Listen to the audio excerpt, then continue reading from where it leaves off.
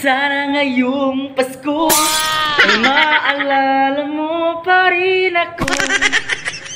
Intaw! Pinaiyak ka na nga, dinuluko ka na nga, pinalitan ka na nga. Tapos ngayon, may nalalaman ka bang sana makaalala mo pa rin? Ano ba? Wala pa yung kanalatog hinilak.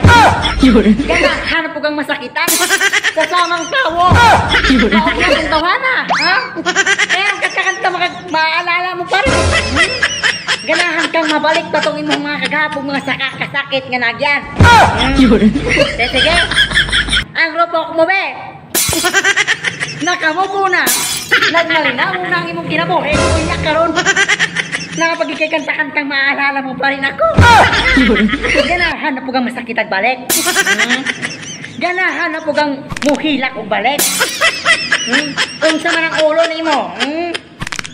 Gahi kay kagulo. Hilak na ka. Bibiyaan na ka. Giilisa na ka. Uya, maaalala. Uy, tawon.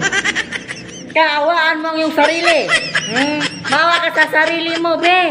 Pantika di kakaw. Di na. Pag mo ko na. Pangita naglain dito. Matulog kag sa'yo para ma-okay ka.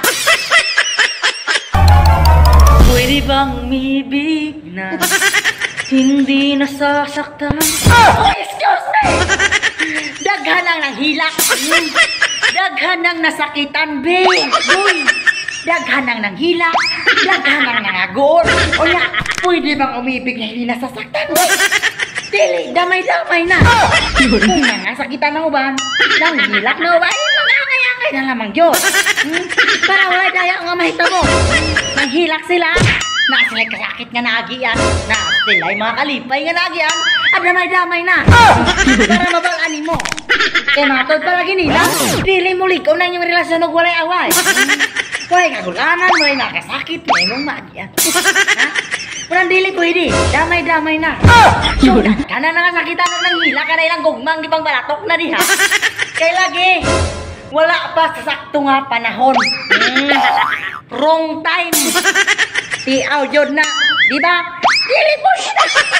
Angay-angay na. Pero dili magkanta-kanta ng pwede mang umibig na hindi nasasaktan.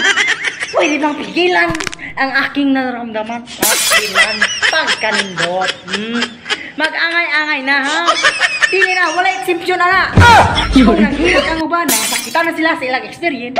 Ay, ikaw po. Sulaye. Para pa si mo hilak po, ka. Paligo na sa relasyon.